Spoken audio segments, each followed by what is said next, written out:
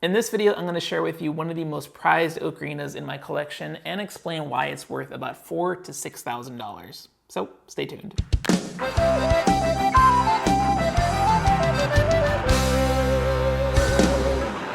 What's up, Amigos? My name is David, and before I open up this case and show you one of my most prized possessions, I just want to make a quick announcement. This past January was my 15th year as a YouTuber and a content creator, which is incredible, but I'm still doing this, and it's all thanks to you guys. So thank you for just being here, liking, commenting, subscribing, all those things. It really means the world to me. And to celebrate this momentous occasion, I decided it's finally time to do another collection video, but instead of just one, I'm doing an entire series, because as you can see, my collection has grown tremendously. One of my lifelong dreams is to actually open a physical ocarina museum and a performance center. And so if you'd like to come along for that journey and help make it happen, consider joining my Patreon community. There's a ton of rewards like MP3s, backtracks, and sheet music to all of my past music videos. Other benefits include a monthly Q&A session on Zoom where you can ask me whatever you want, behind the scenes stuff of projects that I'm working on, and you can even help me decide ahead of time which ocarinas you want me to focus on the most for this series. Okay, enough of that. Let's talk about this ocarina. So if you've been into ocarinas for a while, you might have come across a man by the name of Sojiro. He's one of the most well-respected ocarina makers and performers of all time and is heavily responsible for sharing the 12-hole ocarina with the entire world. He started as an ocarina maker in 1975 and then 10 years later became a recording artist. And just a year later in 1986, he became world famous for writing and performing the music for a documentary series in Japan called The Great Yellow River, which I actually have the soundtrack for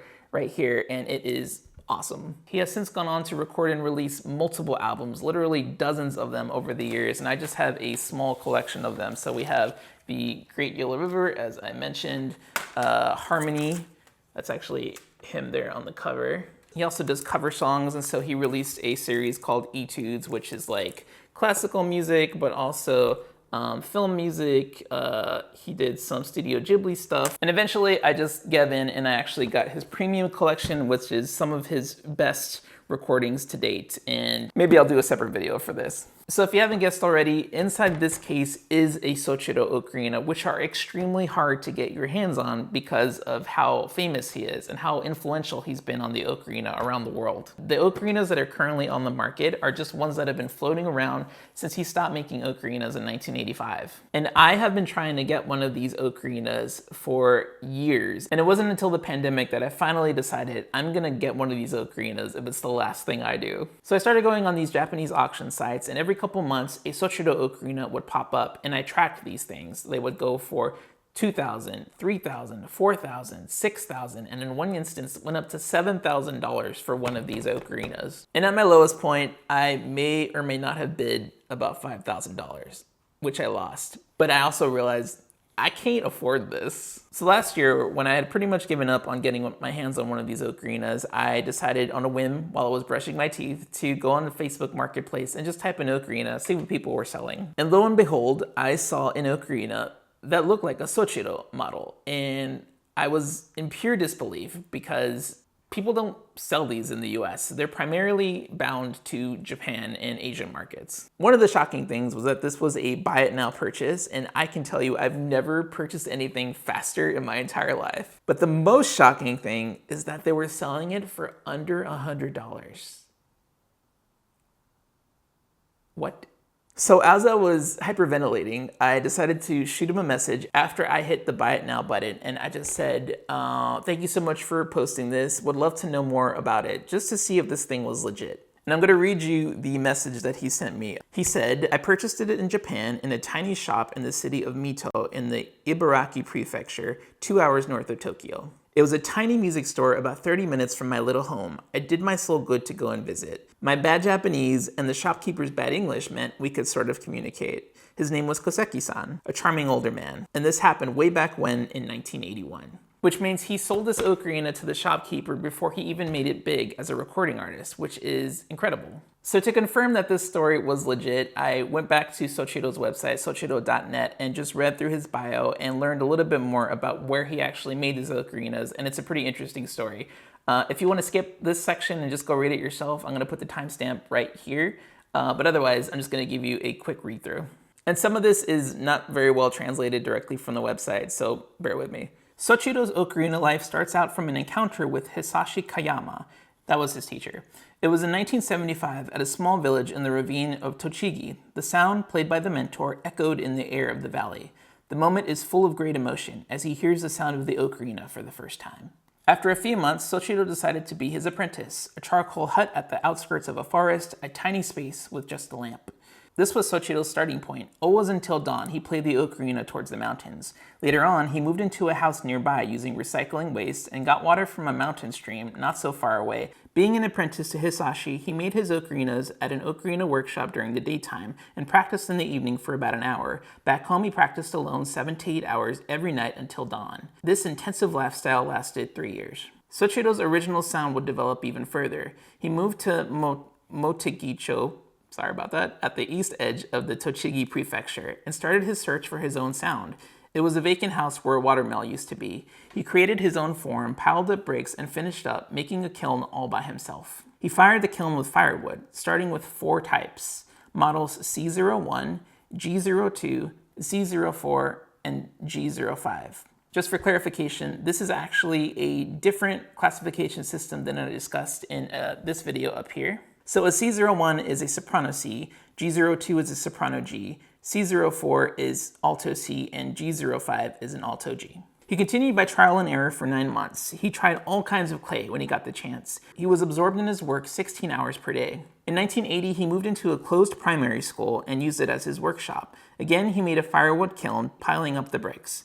His types of ocarina increased, and his challenge went into making bigger ones, including an F06 or alto 6, a C07 or bass C, and a G08 or bass G. At the same time, particular keys such as a B flat and A flat came into being after a rather long period of trial and error. Literally, he was absorbed in the ocarina. He made about 120 ocarinas per month, among which about 100 would be fired slowly for 13 hours, and another 1 or 2 weeks would be needed for fumigation, polishing, and tuning after firing, which leads to 8 firings in the kiln per year to be able to make about 1,000 ocarinas. He made over 10,000 ocarinas from 1975 to when he made his CD debut in 1985. What he's using today are his 10 most precious ocarinas from those 10,000. That's incredible. Sochiro's sound is condensed into the first 10 years after he encountered the ocarina. That's when he discovered his particular style. He uses all his energy for his ocarina. Among the ocarinas he made, there are quite a few that only Sochiro could recognize. Some of them can only be played by Sochiro. The reason for this is that he reaches towards each ocarina, not on his pace, but thinking of the condition of the clay's pace. Not really sure what he means by that. Sometimes the work is rather simple. He looks steadily, as if he is cultivating or picking out grass in the field. That's very poetic. This sound of the ocarina convinced Sochiro, who loved songs and in fact wanted to sing, that the lyrics were not necessary. It is the sound of the earth. There is no need for words. That's deep. Only Sochiro, who made these ocarinas with all his heart, can breathe life into them.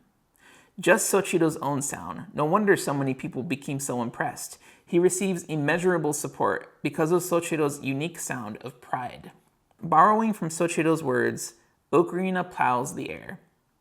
Nice.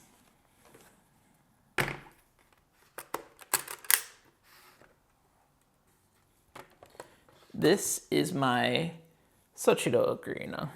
It is a C04, which is an alto C. And I'm actually going to put pictures of this on my Patreon page so you can take a closer look at it and see some of the finer details of it. And one of the coolest things is that you can actually see Sochiro's finger strokes on the ocarina. One of the most interesting characteristics of the ocarina is the windway. It is so wide, so large that you have to focus your breath, your intonation, to make sure that it plays the way it's supposed to be played.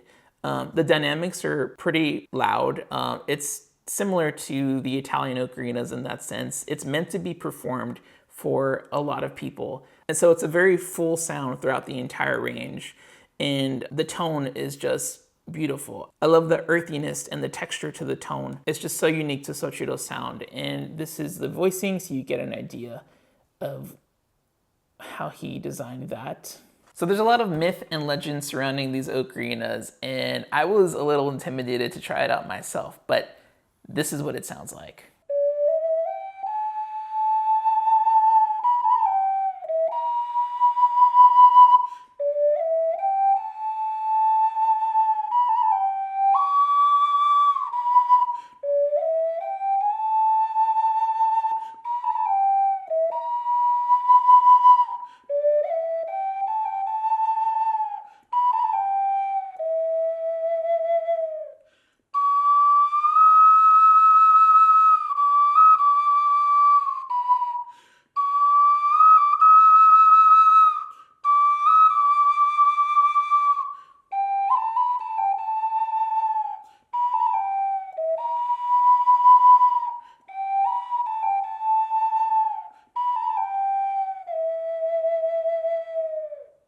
I am just in love with this ocarina and the tone, and I've gotten some interesting comments when I shared that I had this ocarina and people not understanding why this thing has worked so much. One is because of who Sojiro is. We would not know about the 12-hole ocarinas over here in the West if not for this man. He is responsible for influencing Shigeru Miyamoto and having the ocarina in the Zelda series. So I would not know of the ocarina's existence had it not been for Sojiro's influence.